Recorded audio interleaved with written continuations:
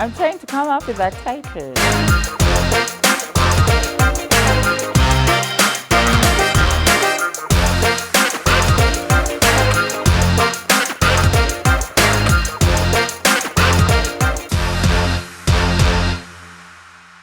The topic for the day is why smart, capable adults struggle in blended families.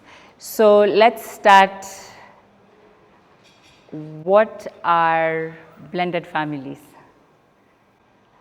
I used to think everyone knows what blended families are, but from my interactions with people, I've come to figure it's not as common as we think it is, or rather as I think it is. So anyone with an idea what blended families are?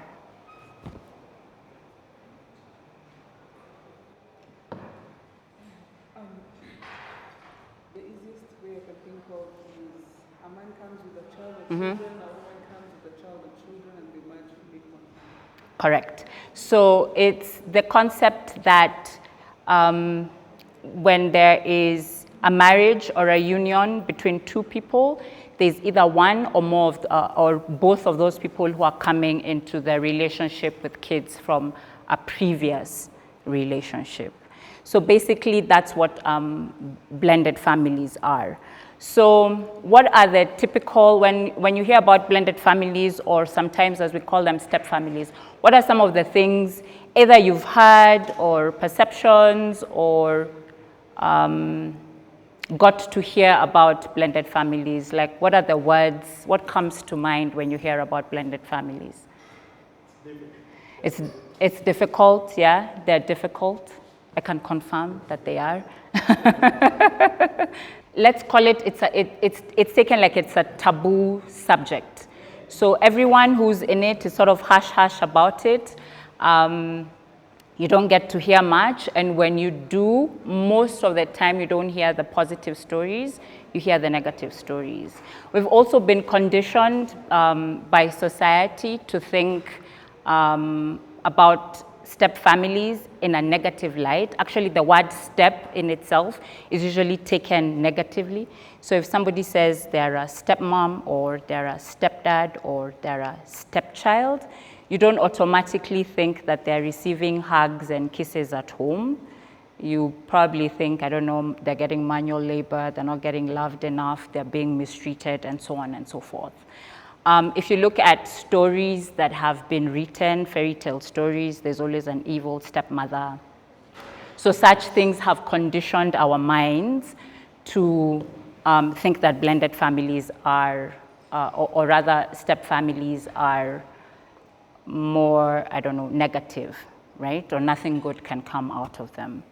So today I wanted to share or start with a statement that would kind of surprise you, and which is the adults who suffer, or who, let me not say suffer, struggle is the word, struggle in blended families are often very capable, very able, and usually that is the shock. Because you meet your guy, you're like, oh, I love him. He's got this wonderful kids. I'm going to love them like my own. We're going to be one big happy family, right? And if you're a dude, you're like, oh my God, I met this lady. She's going to take care of us and my children, and we're going to be one happy family. And then you start to get in the thick of things, and before you know it, it's not what you envisioned it to be. So one, the struggle is not something unique. It's very common. And the presentation today will be highlighting the reasons why that struggle exists, and then what you can do, or hopefully the presentation gives you a mind shift that enables you to better understand blended families, whether that's for your own family or for a friend, because I know for a fact we know one or two people in our lives who are in a blended family setup. So typically in a biological family, what happens is the couple meets before, already have a relationship, they already have shared goals, shared aspirations for their family, and so on and so forth. The kids come later, and therefore they're joining a union that is already stable, already knows where the direction is, and so on and so forth. With that kind of structure, I would say it's typically the same as probably how you are at work, where you have someone who comes in, they have an authority, they are very clear about what your goals are in the organization and how you're going to go about them, and then you're able to achieve them.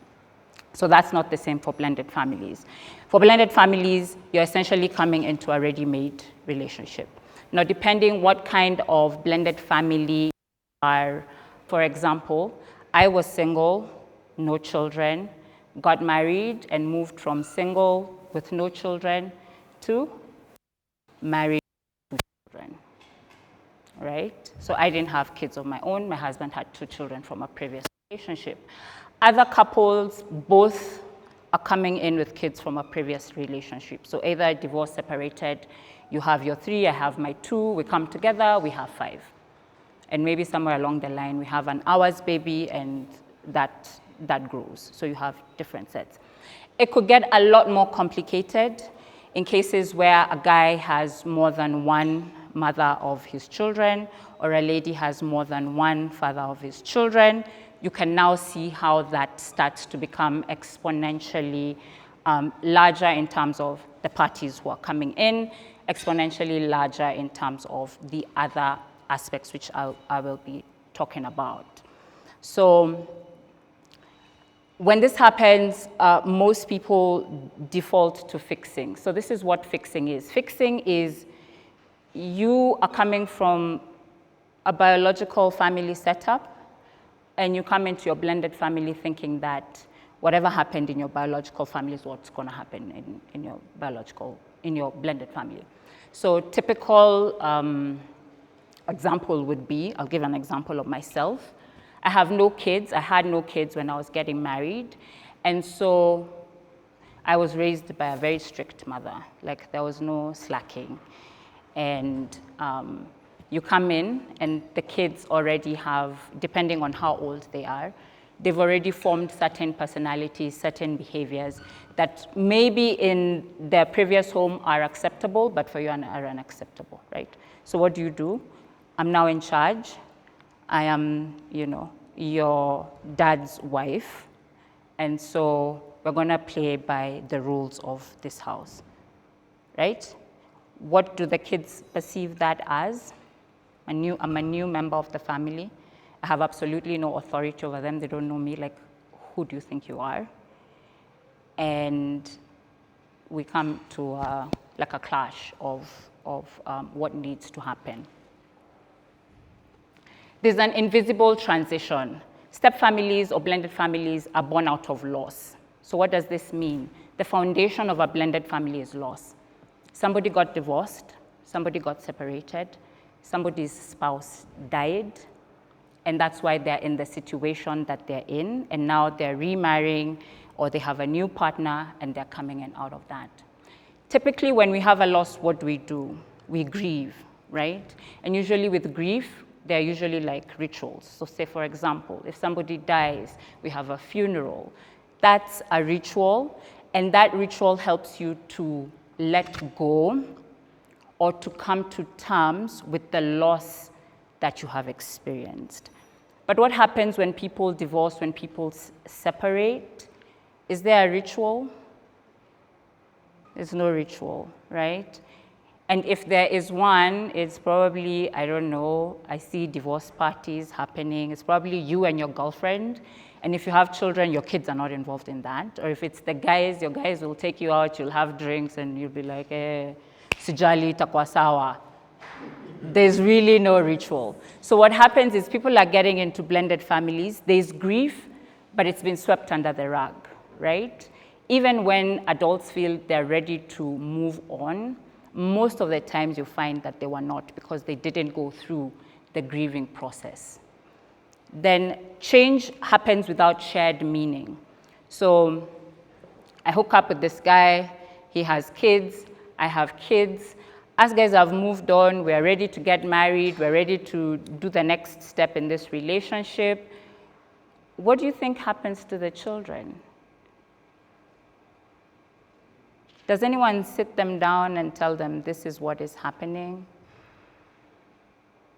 In our culture, we think kids are kids. This is an adult thing. After all, it's just me and your dad.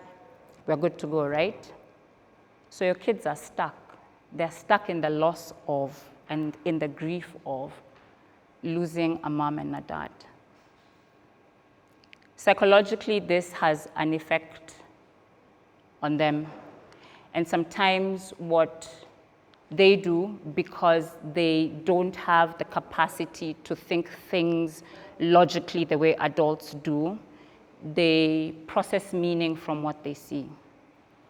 If you badmouth your ex and they hear it, the person you're calling their ex is either, your ex is either their mom or their dad. So if you badmouth them in front of the kids, what are you saying to your kids about their father or their mother? It's a lot, right? Yeah, it is. But people don't think about this. People don't think about the grief that kids go through when their biological parents separate, right? People don't take the time to sit down and talk to their kids. Kids understand, they can see what's happening. And there's a language for it that you can tell a 6-year-old, a 5-year-old, a 4-year-old, a 16-year-old, an 18-year-old. There's language for it at each age where you can involve them and let them know what is happening. Blended families are systems, they're not just households, right? Systems means, unlike a biological family where it's just you, your wife, and your children, you and your wife run the show, everybody else, your extended family, everybody else supports you, right? That's what happens in biological families. In blended families, it's not just you and your husband. Even though you would like to hide under that cocoon and say it's you and think that it's just you, there's always going to be external influence, whether you accept it or not.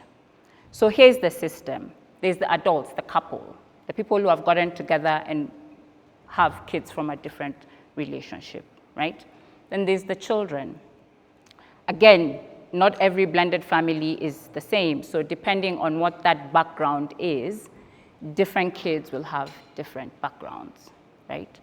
So I might have 3 children, but they have 3 different fathers. And now I've brought in somebody else who's supposed to be another father figure in their life who's supposed to be their stepdad. Now imagine how much more complicated that would be if my husband as well maybe has another 3 baby mamas. So how many adults do you think are now there in that family? There's me and my 3. There's him and his 3. Actually 8, including the couple, right? And you still think there's no external influence? Exactly, it's complex. That's why there are systems, they're not just households. It's not just the people who live together in that house, right? There's the ex-partners, which I've spoken about. And again, it can be as simple as, I'm going to say as simple as mine, and I use simple in the loosest of meaning, where one person has the kids, and then the other person has no kids, and they're coming in. That sounds simple, right? Yeah, but just because it's simple doesn't mean that it's easy. Then there's the extended family. So depending, again, how old are the kids? Let's say, for example, I met my stepchildren when they were 8 and 5. They're now 26. Actually, today is my stepson's birthday. He turned 26 today. And my stepdaughter is going to turn 23 in June. She's 22. I met them when they were 8 and 5. When a child is 8 and 5, they know clearly who mommy is. They know clearly who daddy is. They know who their grandparents are. They know who their aunties and uncles are. They know who are the close friends to the dad. They know who are the close friends to the mom.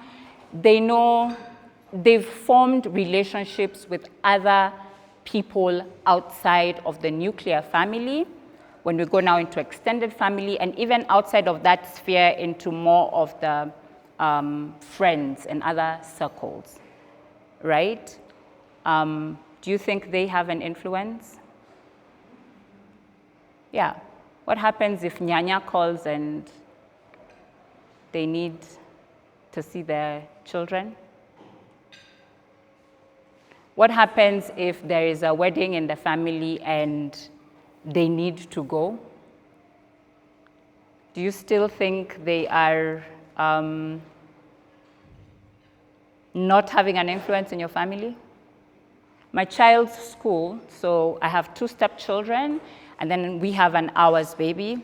So my son is, in his school, they have something called Grandparents' Day. So grandparents have to go to school and hang out with the kids in school. So imagine if I have remember my imaginary 3 dudes with our 3 children here, and my husband's imaginary 3 exes with their children. What does Grandparents' Day look like? It's a village. Still think there's no influence, external influence in your family? It exists. Again, whether you want to accept it or not, it will be there. Institutions, schools, courts, cultures, religion. Our schools haven't accepted that there's a different kind of family that is now becoming the main kind of family, right? So they still expect who to show up for parent-teacher conferences? Mommy and daddy. They also don't see some things because dynamics at home have changed, and therefore kids show up different in schools, right? I'll give you an example. I remember like yesterday, the first time I ever went for a parent-teacher conference at my stepchildren's school. And it was because my husband couldn't go, and therefore I had to, and neither could their mother, so I had to go. I've never had kids, so it was my first parent-teacher conference as a parent. I've been in parent-teacher conferences as a student. I hadn't been in one as a parent. I was so confused. One, let me tell you, the self-confidence to the floor, because I instinctively know that I'm not supposed to be there. So maybe the teachers were not, the teachers know. They know I'm not the mother, right? Because they know the mother. And I'm definitely not the father. So even them, they're like, okay, who is this? And am I willing to also be as open, right? They also don't know what to do with that. Still think there's no external influences? There is. Again, whether you want to accept it or not, blended families are a system. Most of the time when we say, the kids are adopting, they're adjusting, half the time they're not. They're busy interpreting. But we read it as adjusting. What are they interpreting? Again, nobody sat them down, and we don't involve children, right? Nobody sat them down and said, okay, so this is what is happening. And this is how we're going to go about it as a family. And this is what we have decided. Whether your mom or your dad lives here or not, we're still your parents. We're still actively involved in everything that has to do with you as a child, because the only thing that exists is ex-spouses. There's no such thing as ex-parents. As long as you have children, those children will tie you to your ex forever, to the day they die. So what are they busy interpreting? They're interpreting everything that they see Again, because nobody is giving them any information, right? So they're just going to interpret. If, for example, mommy or daddy doesn't like the fact that their ex-partner has another spouse. So let me give you an example. So if the biological mother of my children did not like the fact that I had come in, and that's very common, right? A lot of biological mothers are not easily accepting of a new maternal, motherly influence on their children's lives. Even though the kids love me to death, they're not going to show it in front of their mother, right? So they have a loyalty conflict. It's like they're being pulled. Imagine this is your child.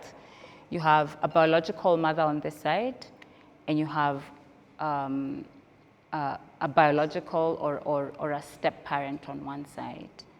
And there's a constant push and pull.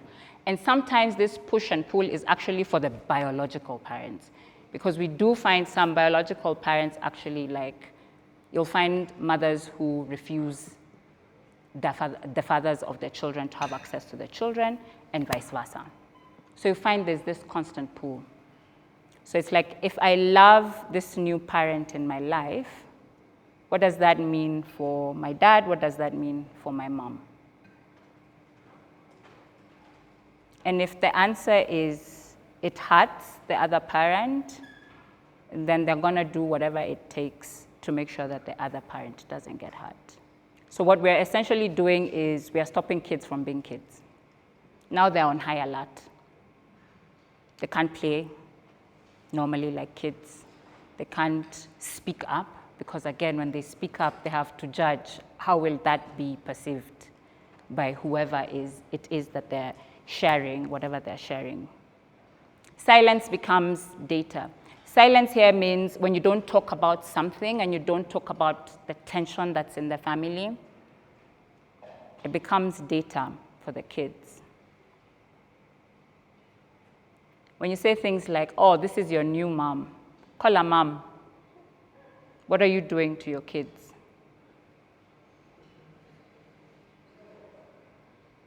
Imagine if your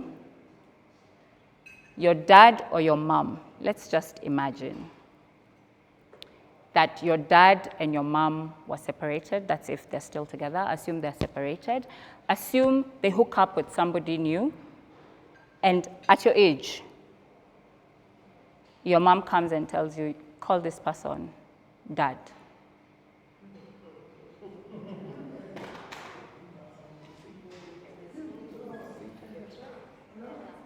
Never, right? Why? Because mom and dad are irreplaceable. So why do we expect kids to automatically love the new people that we bring into their lives? And by the same breath, why do we also expect step-parents to automatically love the children that we're bringing into their lives? Like any relationship, there's no relationship that you have to date where you just met someone and, oh my God, it's a love. Right? Relationships are formed by spending time together, learning to trust one another. It's something that you cultivate. A bond is something that you cultivate. It's not something that is instant, right? So why do we expect children to have instant bonds with step-parents, and why do we expect step-parents to have instant bonds with their stepchildren? So again, when kids don't have the language, and who is giving the kids the language? It's the adults, because they don't have that language themselves. So when they don't have the language, they will communicate the meaning. Whatever they have interpreted, they will communicate it through their behavior. And then we say, they're being what? Difficult, disobedient. And then what do we do next? Because they're being difficult and disobedient, we punish them. Instead of getting to the root, we're punishing them for the symptom. The acting up, and that happens a lot. They will act up at home, they will act up in school. Your kids will have a different personality than what they used to be. So when you discipline them for acting up and not getting to the root cause, what do? You're cementing the meaning they already have in their heads. And so they keep suppressing it, and instead of changing behavior, they continue to act up. So typically what the adults see as misbehavior is what the kids have already interpreted as meaning, and they're now acting it out.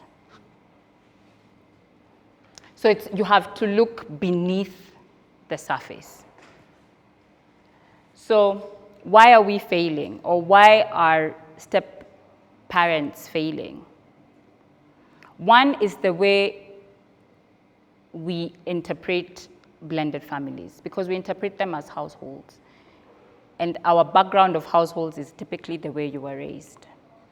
And you'd be surprised that even people who are raised in blended families make the same mistakes. You don't see the system. You think it's just you, your partner, and your kids. And so you come in and assume the authority of a seat that's not yours. So I can't come in and assume the authority of mother. I'm not their mother, right? I'm a stepmom, and that's a whole other role, right? The other thing is blended families run on safety and meaning. So typically, like at work, you'll do something because the person who's telling you to do it has whatever office they hold has the authority to tell you to do it, right? So your manager will, or the leadership in the organization will set the goals, then the managers will communicate those goals to you, and then you achieve them with whatever tools and structures that you have in place, right? That will not work in blended families. Some people in blended families have to earn the authority, right? So the step parents in the blended family have to earn the authority. It's painful because sometimes the teacher in school will have more authority than you at home at the beginning. And the only way for you to form that authority is to create a bond. The only way for you to create a bond is to first step out of that hut that you have given yourself, that you're the woman of the household, right? Understand what your place is, and there's power in that. So I'll give you an example. I remember this one time, we still weren't married. My then fiancé was traveling for work, and so he asks me to move in just to make sure the kids are okay, schedules are fine, school, homework, etc., etc. So I move in. And from how we used to hang out, after dinner, he would ask the kids to clean up, and then one of the kids would be sent to do the dishes. So what did Wendy Malinda do on one of the nights after dinner? Clean up and asked someone to do the dishes. And I was met with,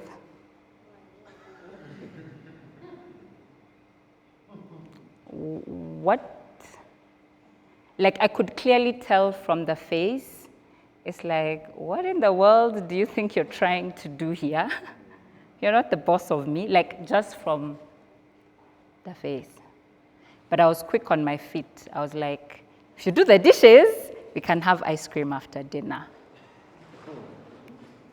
Right? So it worked for that one time. But what is that? It's bribing, right?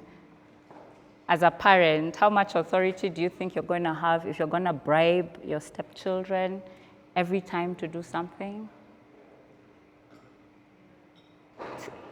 It's not sustainable. So you have to build the authority, and that comes with building the relationship and the bond that you have with your stepchildren.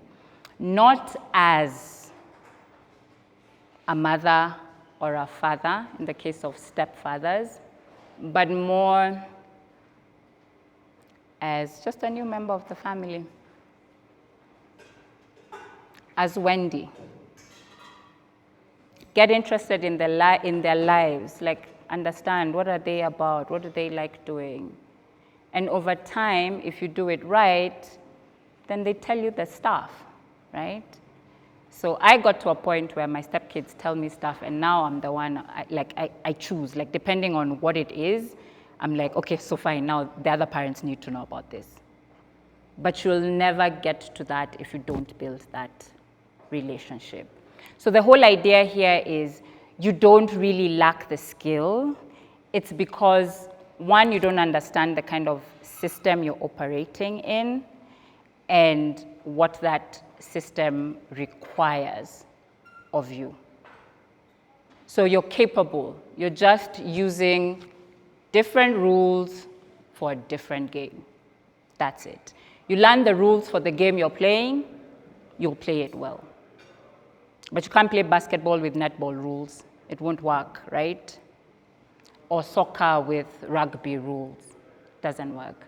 So you can't play the blended family game with rules from a biological family. And sometimes a lot of the issues, again, we see is a lot of the people who are advising you, they're advising you from what perspective? Most of the time, it's from a biological family perspective. And then you go, you apply the advice that you were given by your BFF, and then it gets worse. So what is the cost of doing nothing? Because a lot of us know we are struggling, but we just keep at it, right? So in year one, what tends to happen, you assume that the confusion is, oh, everyone is adjusting. It's new. Right? So what do? You keep insisting, you add more effort, right? If I was bribing them now, I'm like super bribing them. I'm giving them everything they ask for because I'm trying to buy their goodwill, right? As a step-parent. Kids are very clever. They'll know. They'll play you. They know what they're doing. They'll come and ask for those things, and you'll keep giving and giving and giving, while everything remains the same, right?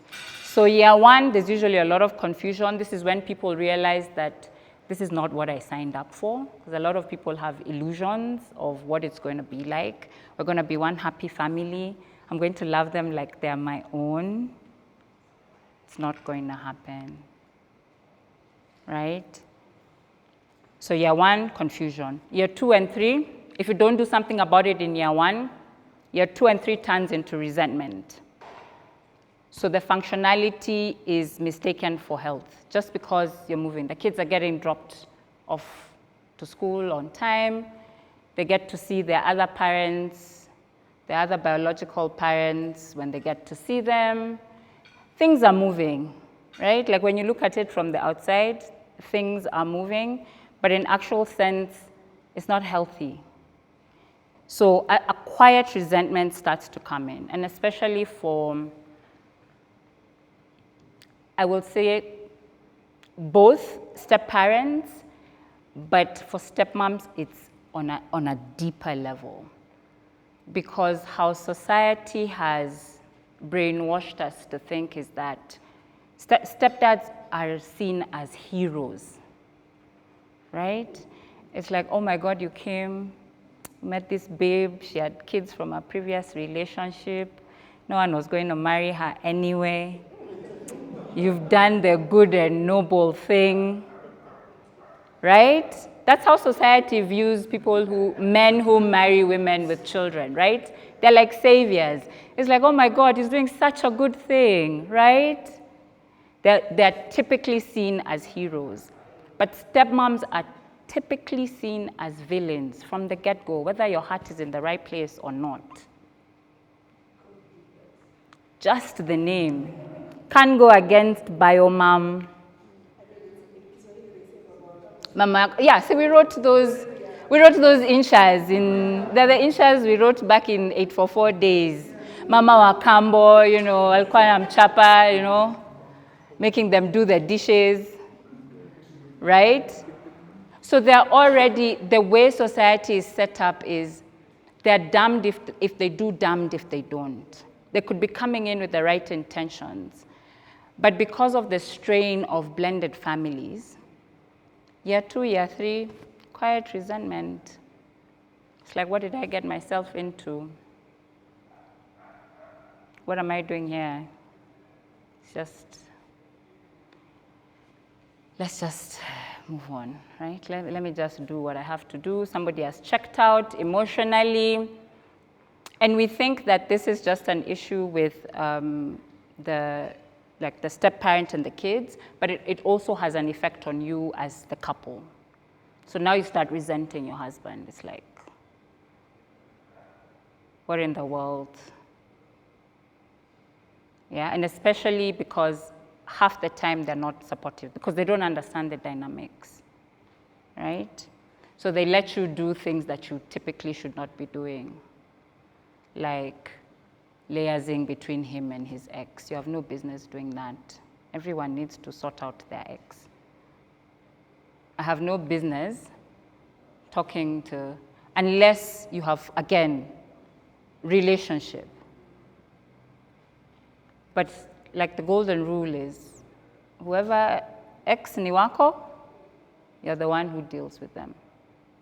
We can agree as a couple what the approach is, but communication-wise, they do it.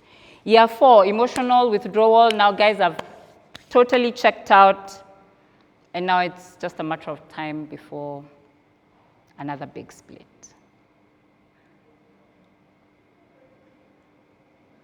So blended families have a much higher, okay, let me not say blended families, but blended couples have a much higher percentage in terms of failure rate for their marriages than first biological families.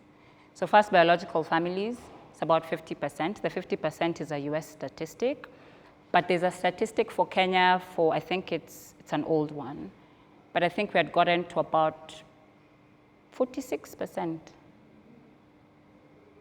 So we're not too far off. Blended family failure rate, blended couple failure rate is 70%. This is a US statistic. So it doesn't get better with time. Second time, third time is not a charm. The odds it's not in your favor. So if you're operating from a perspective of it's just me and my partner and our children, then you see that narrows your view. You need to be clear about all the dynamics. And again, what you will see on a surface level is the behavior. The behavior is tied to a dynamic, and if you don't know what that dynamic is so that you deal with it from the root cause, then you're just doing quick fixes. Quick fixes don't last. Quick fixes don't last.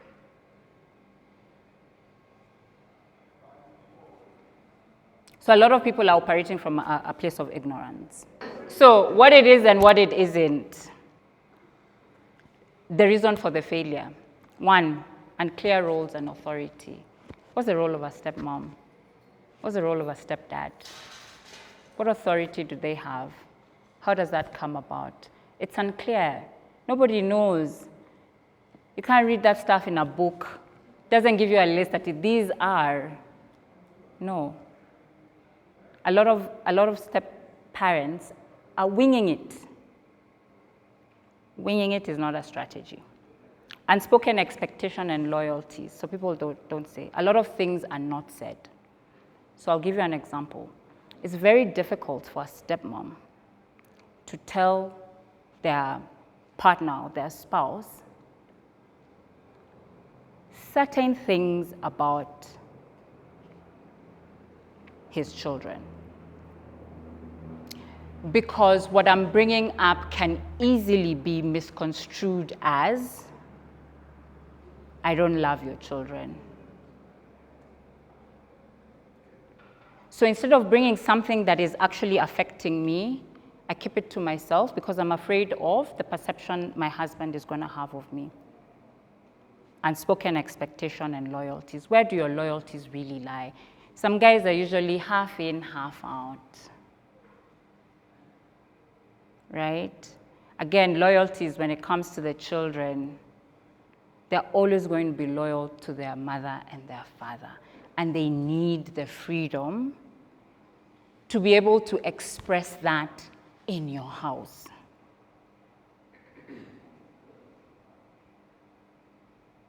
Right?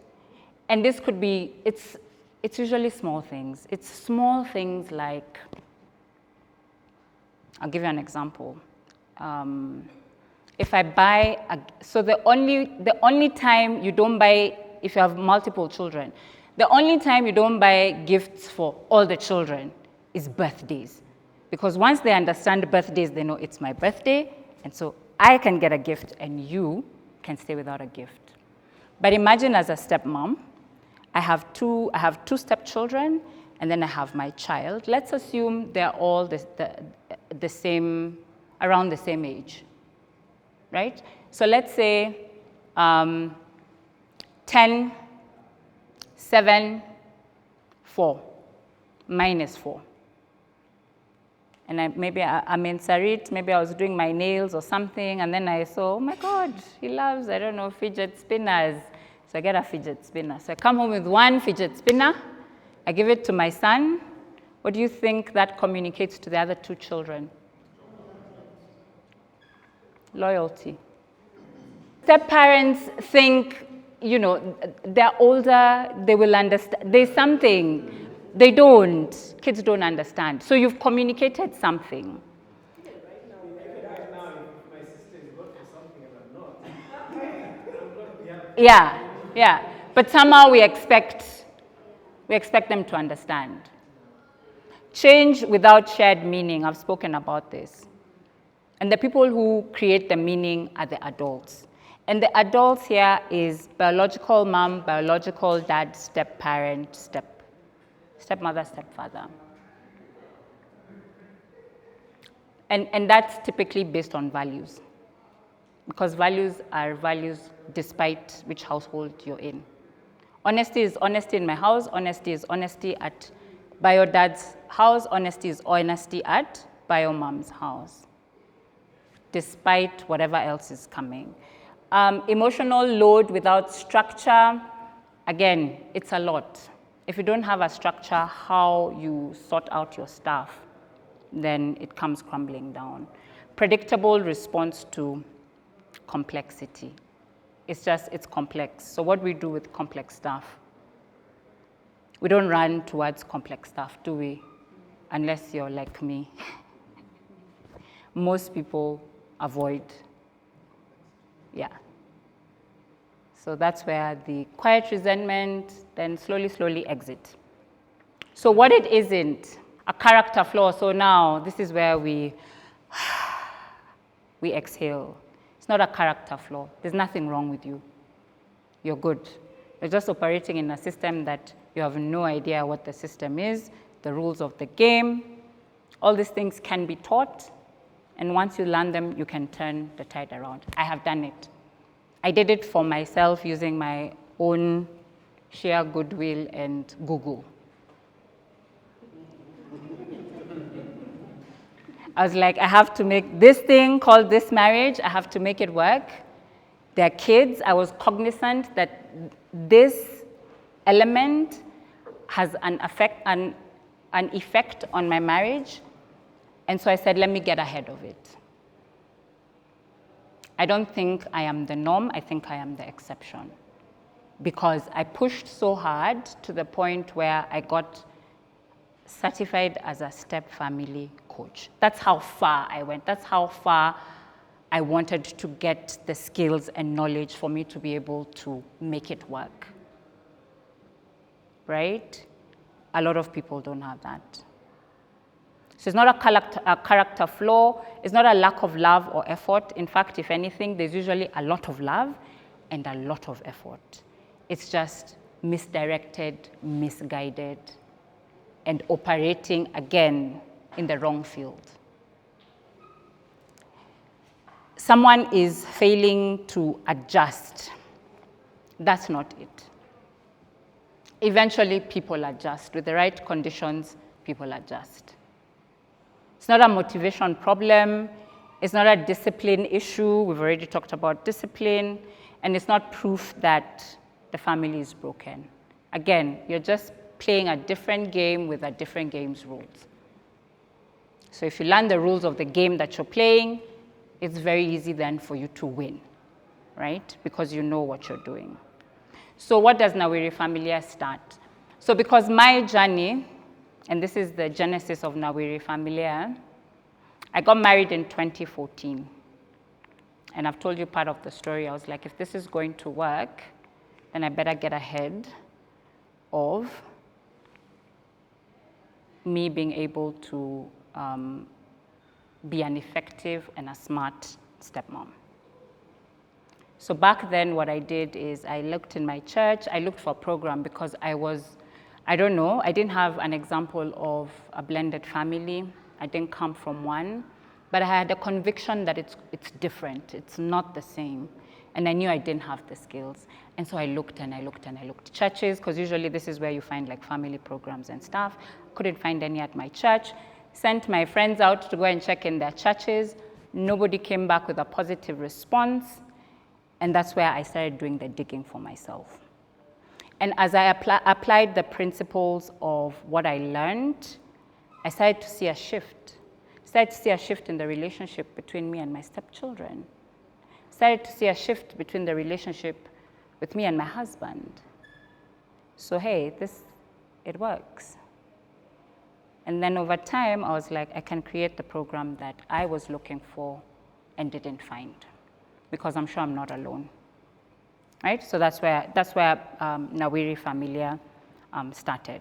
So what we do, we turn confusion into clarity. So you get to understand what the roles, the boundaries, the expectation. You learn what the system is and what it expects of you, what the system will do to your family members. And so when it happens, you know what you're dealing with and therefore how to approach the issue. We replace silent strain with structures. So again, structure is very important, but structures in blended families look very different from structures in biological family. So we help you do that, and then we restore stability that holds under pressure, because there's gonna be pressure, guys. Every time there is a change in a blended family, every time there's a new season in a blended family, sometimes it's almost as if you're starting from scratch.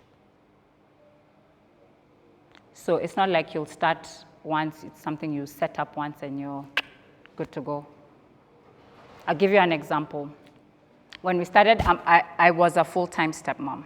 Full-time stepmom means my husband had custody of the children, and so they stayed with us, and then the mom got visitation. So for the most part, our kids were with us.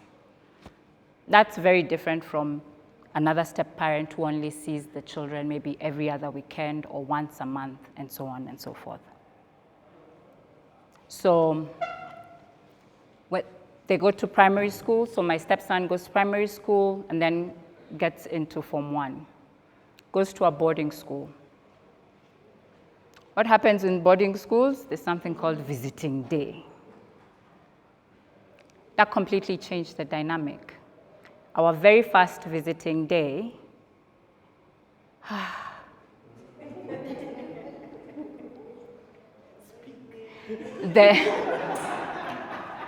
so the mom cooked. Again, I was young, so I got married when I did like a photo finish a week just before my 30th birthday. And my husband is 9 years my senior. So young, right? So combination of young and no children of my own. What authority do you have? And those days, there was no like good vibes and inshallah. I think that's what I'm bringing to the table. No. No. So the first visiting day, the mother cooks. So we're all going to visit. So the mother cooks. And then the dad is like, oh, we'll get pizza and stuff, so us guys get pizza. And then you get to the school, of course, it's picnic style. We've all, like, those who've gone to boarding school know about visiting days, it's picnic style. So there we are with me, I'm over there with our 2 pizzas. And then the mom has cooked, soul food for her son. It was awkward. It was awkward. And I remember, one, because for the first time, I think we were both in the same space and at the same time, and there's no getting away. There's nowhere to run away from visiting day, Again, loyalty, because the kids know that their mom is there, they are gonna act different. And so it was a piece of me felt rejected, but that was a new season. That told me then that whatever we've been doing previously wasn't going to work. We're in a new season. We're going to have to change strategy. And so what happened is me and their mom got into agreement that we'll be swapping the visiting days. If you cook one, I cook the next one. And all you have to do, if you need help, you say you need help. And if you're coming with extra people, you just say, these are my numbers, so that we can cater for enough. But you see, that takes maturity, right? Again, seasons are different. What happens when a child dies? What happens when a parent dies? What happens when a close relative passes on? What happens when you have a wedding? I mean, we're going so far. What happens when you have a wedding? Are the kids going to be part of the wedding? So again, all the seasons, all the things that happen to regular biological families happen in blended families. The only difference is that in biological families, strife and struggle and pain brings people closer together. In blended families, it separates. We have insiders, we have outsiders. Insiders are the original peeps, right? So if I use my example, I was an outsider and they were the insiders. And it's something real. Like, we'd sit down and the dad and the kids are talking, and you're like, they have a past, they have a history that you weren't a part of. And that's just like, okay, so, all right, But you have to start creating your own family traditions, right? And that's why a lot of step-parents, and especially stepmoms, feel like outsiders in their own home. They feel like they don't belong. It's because they're insiders and they're outsiders. And when they struggle, when everything is going well, it's fine, but when they struggle, all the insiders will bundle on one side, and whoever is the outsider will be left. Those are my contacts. If you want to get in touch with me and learn more about us, those are my contacts. I'll be hosting a webinar every first Wednesday of the month. The next one is going to be, I think it's the 4th of March. So if you want to be a part of that, just send me a text and tell me webinar, your name, your email address, webinar. We'll send you the details. I'll also have a class coming up. I have a program that I run for blended family couples or even just individuals. You can come by yourself. If that's something you're interested in, just email, let me know, and we'll share with you the details.